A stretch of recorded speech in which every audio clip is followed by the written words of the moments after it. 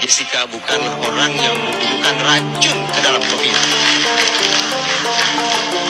Bagi saya sulit dinalar, Pak Gabi, bahwa ada kemudian orang yang kita anggap rasional, kemudian memilih racun, tapi kemudian pada saat yang sama dia tongkrongi korbannya.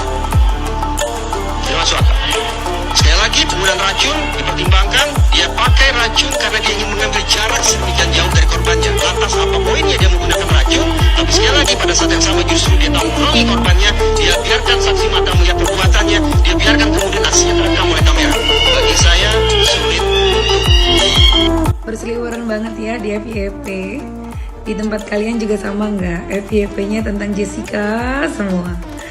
Nah guys, video ini aku ambil itu karena bener banget itu sesuai dengan apa yang aku pikirkan.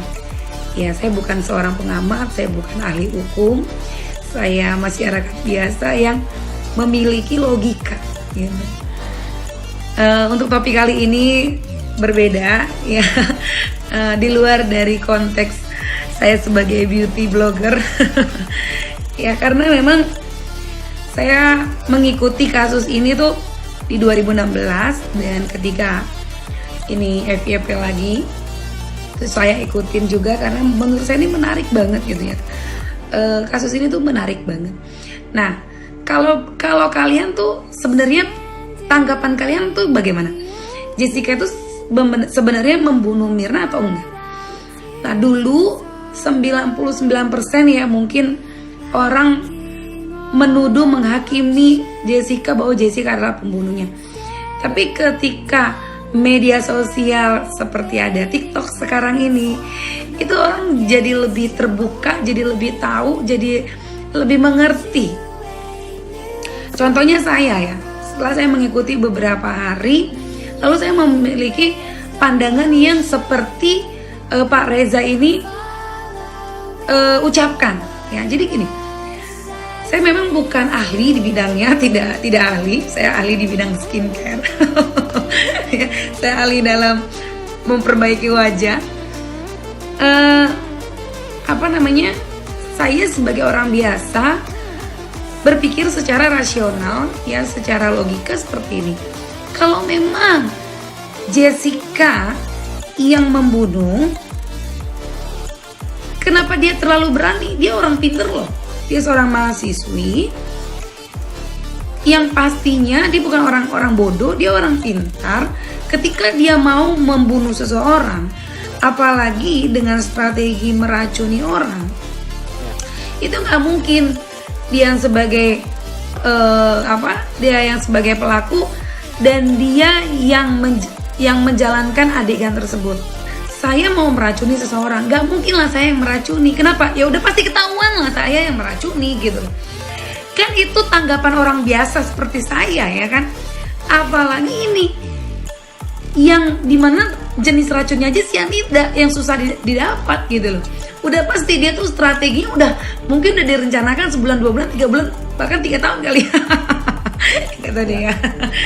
Ya. Kalau aku sih berpikir seperti itu. Jadi saat ini jujur aku pro banget sama Jessica.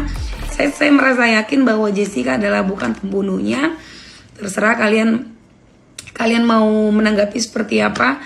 Kalau saya pribadi saya merasa dengan terungkapnya kebenaran mungkin ini saatnya untuk pada akhirnya kebenarannya akan terungkap. Saya merasa tidak lama lagi kebenaran akan terungkap, ya. Aku merinding ya ngomong.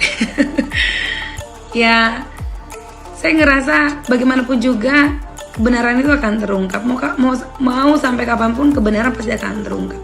Logikanya bener dong. Kalau kalian mau meracuni seseorang, kalian juga yang jadi pelakunya. Kalian juga yang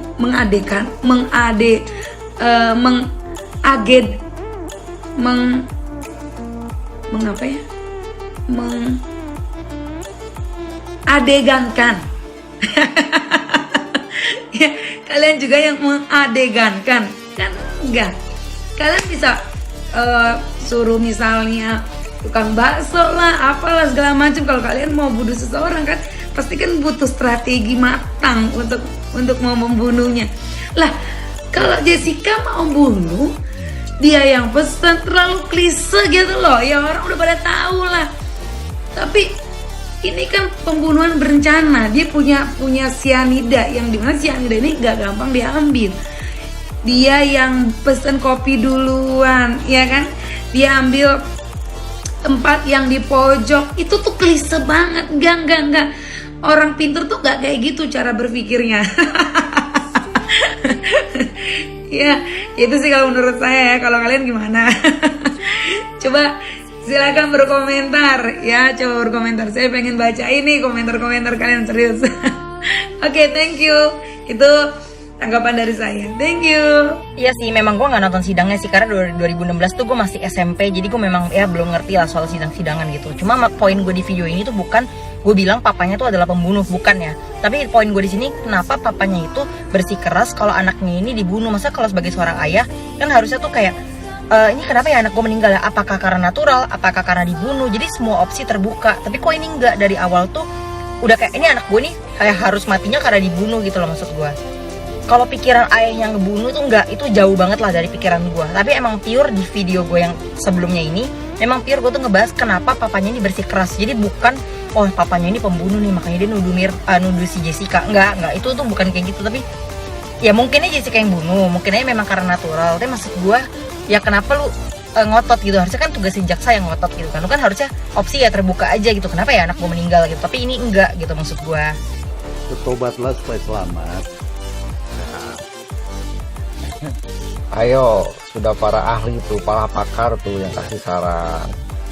Makanya katanya kan cepat bertobatlah mumpung masih ada waktu, jadi masih bisa selamat. Kebetulan kalian memang manusia biasa, cuman kebetulan juga kalian adalah wajah hukumnya di negara ini. Makanya kalian juga harus mempertanggungjawabkan apapun yang sudah kalian lakukan di persidangan tersebut, kawan. Ya, ini juga teguran buat kawan-kawan yang memang merasa pihak-pihak terkait cepat-cepat bertobat, cepat-cepat menyadari perihal apa yang sudah dilakukan, kesalahan yang sudah dilakukan. Karena ingat, ada seorang gadis yang kalian zolimi dan sudah ditahan selama 7 tahun. Cepat-cepat bertobat, kawan, mumpung masih ada waktu, biar tidak terlambat, kawan. Tanggapannya Bang, hari Jumat ini tuh atas ribuan dan ribuan pendukung advokat pendukung Jessica akan segera ajukan PK kedua, Bang. Yaitu adalah hak dari apa yang dilakukan oleh rekan-rekan, dan saya pastinya melihat bahwa semoga ada keadilan untuk Jessica dan akan terungkap fakta-fakta yang sebenarnya dari pemeriksaan di TKP. Dan untuk hakim yang akan memeriksa perkara menjawab kembali yang dilakukan oleh rekan-rekan advokat, saya mendukung dan saya berharap bahwa pemeriksaan untuk berkas Jessica Wongso ini dapat melihat fakta-fakta yang terjadi dan hakim dalam hal ini bisa menggunakan hati nuraninya dalam memutus perkara Jessica.